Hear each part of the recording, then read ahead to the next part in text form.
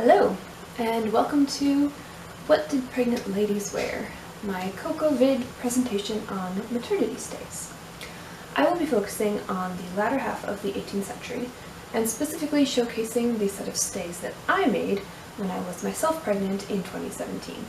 Although the main focus of my presentation is on stays, I will also briefly address the types of clothing that women wore during pregnancy, and the changes they made to their existing garments. So, first of all, yes, women did wear stays during pregnancy, and no, it wasn't torture or dangerous to the mother or the fetus in any way. Women wore some form of torso-shaping garment, often featuring rigid boning, for hundreds of years throughout Western history. And obviously women were having babies that entire time. But their clothes were made to fit over the silhouette created by these support garments. From the 16th century pair of bodies to the 19th century corsets that are at the root of so many of the myths and misconceptions surrounding corsetry today. I do not have time in this video to debunk all of that misinformation, but I can point to some helpful videos on the subject. There's another one. One more.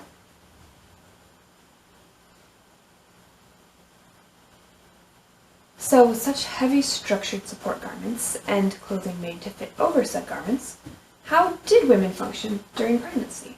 How did they stay fashionable when the fashionable silhouette was a conical torso, as it was in the 18th century?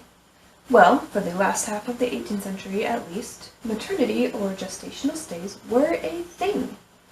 And really they are just like normal stays, but with additional areas of side lacing to allow for expansion. Not only do actual extant examples of such stays still exist, but there are even patterns for them. I will put links in the description rather than risk copyright infringement by showing the images here.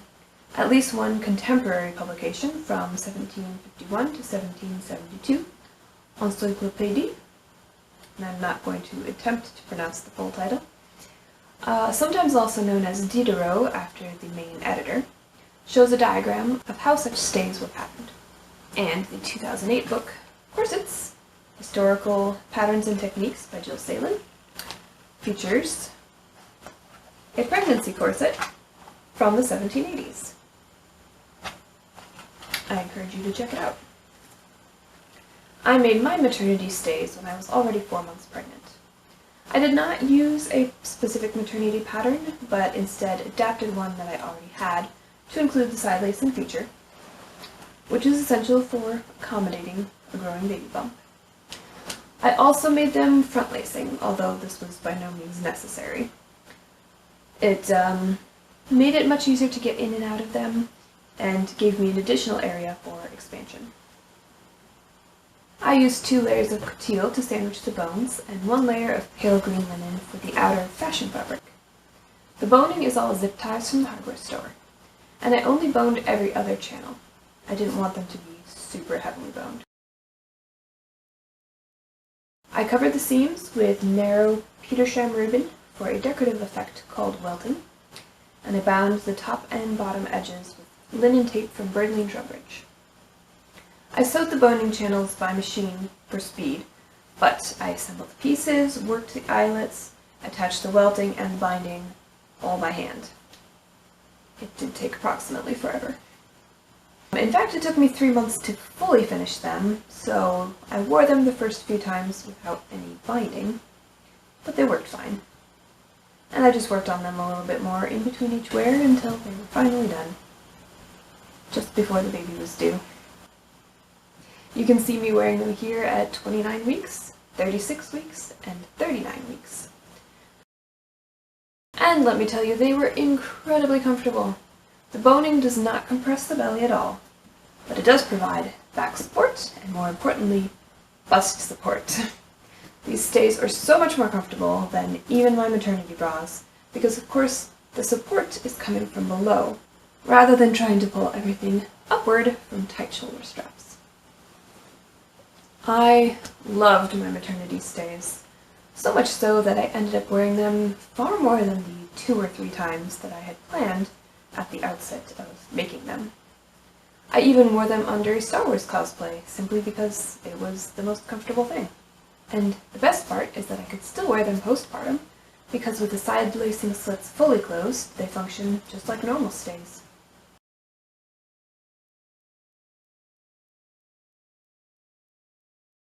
Now, I am by no means the first historical costumer to make and wear maternity stays, so be sure to check out these blog posts of other awesome ladies whose reproduction stays I found during my research. Now that we've covered the stays, what did women wear over them during pregnancy? There is little evidence of pregnant ladies having any specifically maternity clothes made during the 18th century, which makes sense because fabric was very expensive at the time, and you wouldn't want to use that precious commodity for a garment that would only have a very limited use because it was made for a very specific purpose. Unless the purpose of the garment was just to show off how wealthy you are. Court gowns aside, clothing was fairly practical and very adjustable. Most women's garments fastened with pins, lacing, or ties, which are all very adjustable closures. Take for example my robe à la française, or sack-back gown. It has hidden lacing in the back, underneath the long pleats, more lacing in the front, and a stomacher that pins over the front lacing to hide it all. This makes it so versatile when it comes to fluctuating sizes. And the petticoat ties in front and the back, so it is also adjustable. And when the baby bump began to appear, ladies would just tie the front up higher. Now, not every event I attended during my pregnancy was a fancy dinner, so my Française gown was not always appropriate. I adapted my less formal clothing by adding a stomacher to close the gap in a closed front jacket, and an apron to cover any gaps in the petticoat. If I had been wearing 18th century clothing every day, I probably would have opted for a bedgown or a short gown for casual at-home wear, especially toward the end of the 3rd trimester. These were very simple T-shaped garments, which could be worn with or without stays. And the liberal use of large kerchiefs could also cover a multitude of potential wardrobe malfunctions. Now, when I say there is little evidence of maternity-specific clothing being made, I do not mean that there is no evidence. Linked below, I have some museum examples of gowns that were made to at least accommodate pregnancy.